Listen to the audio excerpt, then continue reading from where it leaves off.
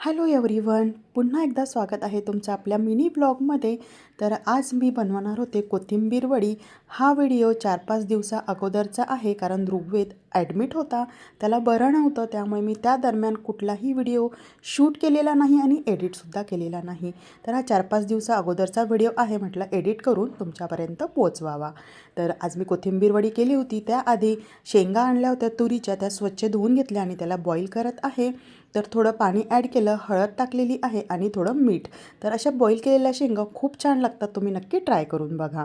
तर याला 2 ते 3 शिट्ट्या होऊ द्याव्या, मस्त अशा बॉईल होतात. सोबतच वरण भाताचा कुकरसुद्धा मी लावून घेतला होता, कारण ऋग्वेद स्कूलमधून येणार होता, मग त्याला भूक लागते. मग त्याच्यासाठी मी गरम गरम असं वरण भाताचं कुकर लावून घेत आहे आणि लगेचच कोथिंबीर वडीची तयारी केलेली. त्यासाठी मी 2 वाटी कोथिंबीर चिरून घेतलेली, स्वच्छ धुवून आणि बारीक कट केलेली आहे. यामध्ये आवश्यकतेनुसार आपण बेसन पीठ घालून घेऊया. 6 ते 7 चमचे मी बेसन पीठ घातलेलं आहे. यामध्ये कोथिंबीरचं प्रमाण जास्त असायला हवं, म्हणजे आपली कोथिंबीर वडी खूप टेस्टी होते. त्यामध्ये 1 ते 1.5 चमचा मी पेस्ट घातलेली आहे. यामध्ये हिरवी मिरची, आलं, लसूण आणि थोडं कोथिंबीरसुद्धा ॲड केली होती. त्यानंतर अगदी कलर येण्यासाठी थोडं म्हणजे पाव चमचा मी हळद पावडर घातलेला आहे आणि त्यानंतर तीळ ॲड करूया. भरपूर अशी तीळ घाला, कारण थंडीचे दिवस आहे, तीळ खाणं चांगलं असतं. चवीनुसार मीठ ॲड केलेलं आहे. सगळे साहित्य जे आहे ते आपण मिक्स करून घेऊया. थोडंसंच पाणी लागलेलं आहे मला. तर छान असा घट्टसर गोळा बनवून घेतला. ताटाला तेल लावून घेतलं होतं आणि त्याच्यानंतर पीठ असं छान पसरवून घेऊया.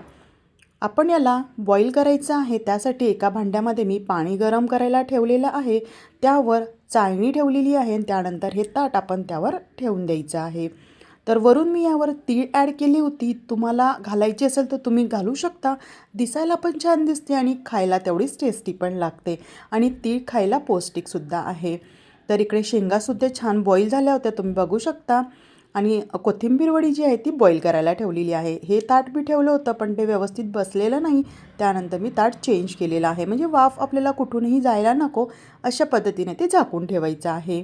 कोथिंबीर वडी छान अशी बॉईल झाली. त्यानंतर याला कट करून घेत आहे. ही वडी अशीच खायलासुद्धा खूप टेस्टी लागते. त्यानंतर तेलामध्ये मी छान सोनेरी रंग येईपर्यंत तळून घेतलेला आहे. आय होप तुम्हाला हा मिनी व्लॉग आवडला असेल तर प्लीज चॅनलला सबस्क्राईब करा. पुन्हा भेटूया, तोपर्यंत बाय.